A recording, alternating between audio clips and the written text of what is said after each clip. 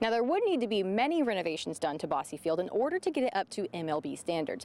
First off, there would need to be a brand new field installed. Plus, home plate and the dugouts are too close to each other, so they would need to extend the dugouts and move them further away.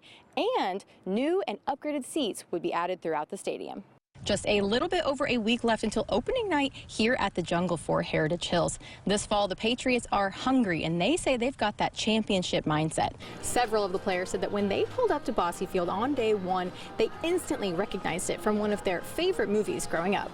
As that date gets closer of officially being a part of the OVC, the excitement level keeps growing more and more for everyone involved. Jalen, tonight was an exciting game to say the least. Jason Tatum got his career high in scoring. The crowd was wild. How did the energy from the fans help you get such a big win tonight? Training for a fight definitely takes a lot of athleticism, but many of the boxers say that most of the preparation is mental. Utility player Lauren Knapp has a rare condition that affects her both on and off the field. She has what's called functional neurology disorder. How does it feel to have all of Boston chanting your name tonight?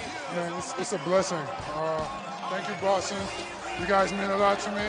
I can hear you. I really appreciate it. And then they opted out of playing last season, so this season is their first year back, and it's their first time in the playoffs since 2018. So fans here at Swander are rowdy. Welcome back to Home Team Friday. You know, most high school football players really just have to worry about school and football, maybe even a part-time job. They have to make sure that they're getting everything in and, you know, concentrating on practice. But Hancock County's Austin Velasco does way more than that. Bailey Smith got up in the wee hours of the morning to kind of get started with his day this week. Now, can I just say that waking up at 4:30 one time was really hard. Now, imagine doing it every single day and working non-stop until it's time for bed. Now, as a teenager, Austin Velasco really can do it all, and I bet you'll find out that's true. I probably haven't been a real teenager in probably 2 years, but I'll be all right. Hancock County senior Austin Velasco sure isn't your average teenager. His day starts before the sun rises, and he's grinding hours before school even starts, picking up a local Amish family to drive them to their work site for the day. Come here for about an hour, hour and a half, and I leave around 7 o'clock, go to school from 8 o'clock to 11:30. Get lunch, and then I come back here to work. Austin started his own business this spring, which includes mowing yards to doing construction and anything in between. The business he has is pretty fun. He do odds and ends and get into different stuff. Very appreciative. He's always there. Anytime we need something, he's always there. Tired yet? Well, that's nothing for Austin. After his second shift with the Amish, he adds on football practice, homework, and taking care of his family, including his mom, who is paralyzed. About 2 years ago, Mom got meningitis and was paralyzed and went to a coma for about a month or two. And then she had a bunch of surgeries and stuff, and then she started rehab. Austin's always been around to, help with his siblings and his dad. The great family. He's the oldest sibling with 2 younger sisters, and his dad works evenings, so Austin steps up in a big way.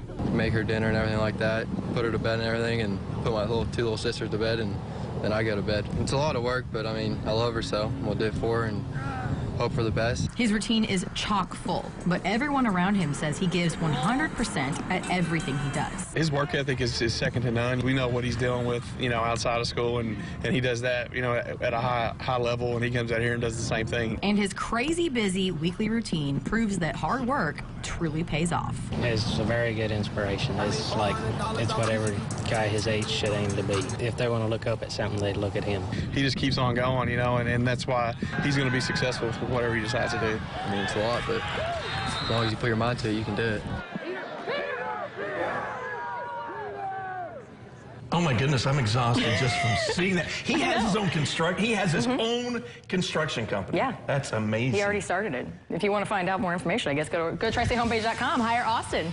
Oh but my gosh. he did say that he works more on weekends, obviously, but he tries to be a normal teen somewhat. He hangs out with his friends and his girlfriend, Reagan. So he has a life. I don't know. He doesn't sleep, I'm convinced. Oh my gosh, that's a fantastic story. Austin, I'm kind of, King. Yeah, that's awesome. Davis County's mascot is the Panthers, but hang with me now.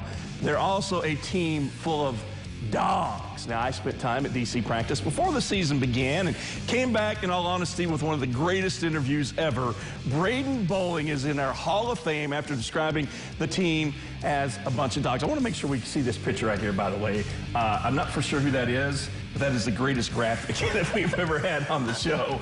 Bailey went back to Davis County practice this week to find out exactly what Bowling was talking about. There are a bunch of dogs out there at DC. Well, just a little bit of a teaser. You'll definitely see him in just a second. But Randall, it's really hard to put into words what exactly a dog is. So I think it's just best to hear it straight from the source. So let's find out.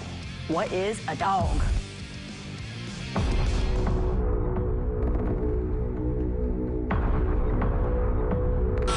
I feel like we could be pretty good. We got Jack Ball as our quarterback, dog. We got Bryson Palmer as a running back, dog. We got Isaac Blue. He's our right tackle this year. He's a dog. We got me at center. I mean, I'm a dog.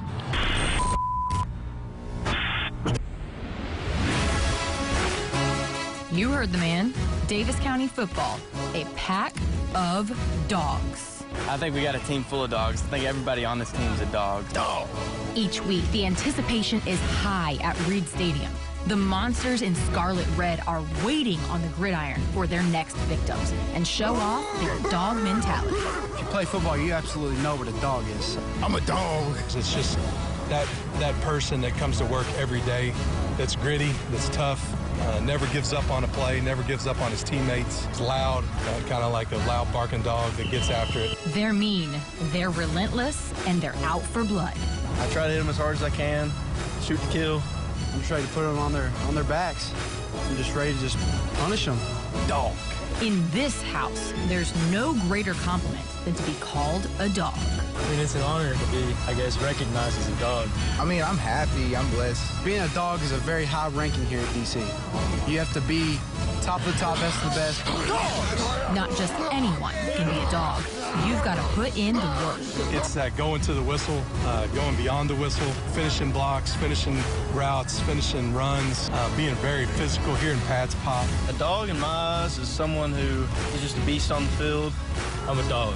They may not say it on their jerseys, but when they step out on that field, they're all a bunch of dogs. We definitely are Panthers, but we got that dog mentality. With the Panthers, we can also be some dogs. We'll show you on Friday. Don't worry. Panther Nation, let's ride. We're all waiting. We're all waiting for some new shirts with dogs written across the front, I think. And I would definitely buy one. I think we should just end the show right there. I'm not for sure we can go on after that one. That is definitely one of the better off the gridirons that we've had. And, Thank you. Yeah, are you a dog? I'm a dog. I'm a dog. I'm a dog. All right, let's keep playing football. It's tough. Yeah, that's the Captain Obvious statement of the night. But imagine doing it while basically raising yourself. I can't imagine having to do that. You're going to practices, you're getting up, you're taking care of yourself. Well, that's what North running back Angelo St. Louis had to do a lot of when he was younger. Bailey Smith spent time with the North running back. This weekend, she has that story. Well, it really puts a lot into perspective. Like the time that even if you grow up with struggles, it shows that you can still write your own story and live life to its fullest. And Angelo is the perfect example of doing just that. Ever since he was a little kid, North running back Angelo St. Louis has always been a speed demon. He started out playing football with his siblings growing up in Florida. So when he moved to Indiana, he had the in with the neighborhood kids. We lived in an apartment complex together, so we were on the field playing football. He was like, everybody at my old school called me Butter because it was hard to tackle him. Over the following years, his story would change dramatically. His mom left to go home to Haiti for long periods of time. She left for like 6 months maybe, and then she came back. It's like, okay. And I came back and went back to live with her, and then she left again. Angelo was basically on his own, having to take care of himself as just a kid. He was able to essentially, do some things on his own that a lot of kids his age probably wouldn't be able to do. That's when the North football community stepped in. Angelo lived with coaches off and on and eventually moved in with his best friend, Jalon Mitchell. Like, I think of him as a brother now more than a best friend.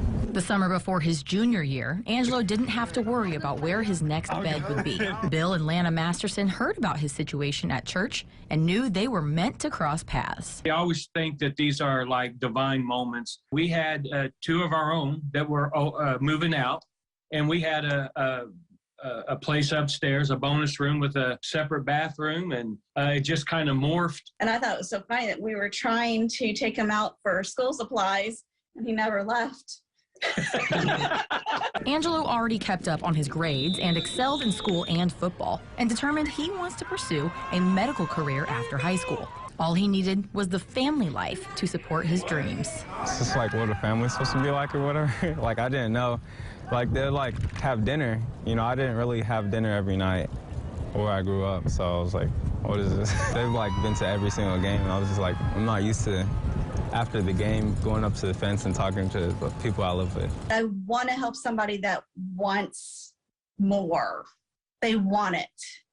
They just don't want to take. They want to get somewhere for themselves. They just need help. Throughout all the hardships, Angelo's spirit has remained bright and rubs off on everyone around him. It like really makes me proud, like just to see him shine. That's a blessing for us in our program to have him in it, and you know, we're definitely better because of it.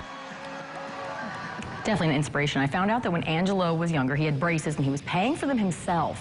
And then the North community found that out. Wow. They took care of the rest for him. That was very sweet. But he has the Mastersons, who are just wonderful, and also just everyone who has stepped in some sort of way and helped. It's true when they say it takes a village. And I love watching him when he carries the football. Not only does he have a ton of speed, that guy's slippery. He is tough to That's why they call him Butter. Yeah, I mean, he's fun to watch. Tri-Staters are celebrating one of their own who finally made it into the MLB Hall of Fame. Born in Princeton, raised in Petersburg, Gil Hodges now has his forever home in Cooperstown. Well, I've got Henderson. They ran all over Callaway County tonight. As we saw, that was an incredible game. They put up 443 rushing yards. Not total yards. Rushing yards. Yeah, they ran all over Callaway County. Not a bad way to open up the season, so that gets a Home Team Friday helmet sticker. Southern Indiana softball came out on top of the GLVC conference this past week in the regular season, and now they were playing for the conference title this weekend in Peoria. Only former Home Team Friday standout is doing big things in the Big Ten. Boonville grad and Purdue freshman Devin Mockabee is killing it, and last night was no exception. The freshman walk-on was the leading rusher as the Boilermakers battled Nebraska. Mockabee put up 178 rushing yards, a season high for him, and punched in a touchdown to help get the 43-37 win in a back-and-forth nail-biter. One of the best times of the year for any sport, playoff time for sure. And Tecumseh has been killing it all year in basically everything. Well, now it's the volleyball team's time to shine. The Braves taking on Indianapolis Lutheran in Jasper in Class A semi-state. First set, Saints Madden Franklin serves. Braves with the slam, and Tecumseh gets that point. Saints serve against Reagan Wilson this time, and that is an ace for the Saints. Lutheran's Rachel Bolton sends it over. Tecumseh is able to set it up for the hammer once again. Braves' Annika Morrison this time tosses it up. Saints save it from going wild out of bounds. Paige Johnson sets it up for Brianna Marks to slam that one down for Tecumseh. Braves' Lydia Wilson this time. No response from the Saints. Easy point for the Braves. And in the third set, Hannah McGee serves over Saints' Grace King with the spike, but Tecumseh recovers. Ava Kissel slams it down with emphasis, and the Braves get the sweep today, 3-0. They advance to state, and they'll take on Fort Wayne Blackhawk Christian. They're also the Braves, so this will be the Battle of the Braves next Saturday in Muncie. Hello again, everybody. Alongside Bailey Smith, I'm Randall Parmley. Welcome to Week 7. Glad to be back here with you for another week. The Indiana Sectionals, believe it or not, they are on the horizon. That is hard to believe. Jasper and Castle, though, both may be a long shot now for an SIAC championship, but sectionals, that's a different story. Both teams looking for momentum as we approach the state tournament. And both of these teams are used to long runs in sectionals, so any win they get right now just going to help that momentum. Oh, yeah. Well, the Knights are hosting the Wildcats tonight in Paradise. First Castle drive, first snap. Caden Gordon tosses it to Max McCool, best name in the game. He takes it outside, isn't taken down, stays in bounds. That's a 57-yard touchdown to the house to make a huge statement in the first quarter. But Jasper's drive now at their own 29. Max Buelltel hands off to Caleb Patterson, and he picks up a first down near midfield. They're at the 37. That sets up this run by Carter Holdsworth. He's able to answer quick and puts the Wildcats on the board. This game was so close, came down to just a 2-point conversion in overtime, but Jasper takes it with the 43-42 final. Wow, that's a big win for the Wildcats right there.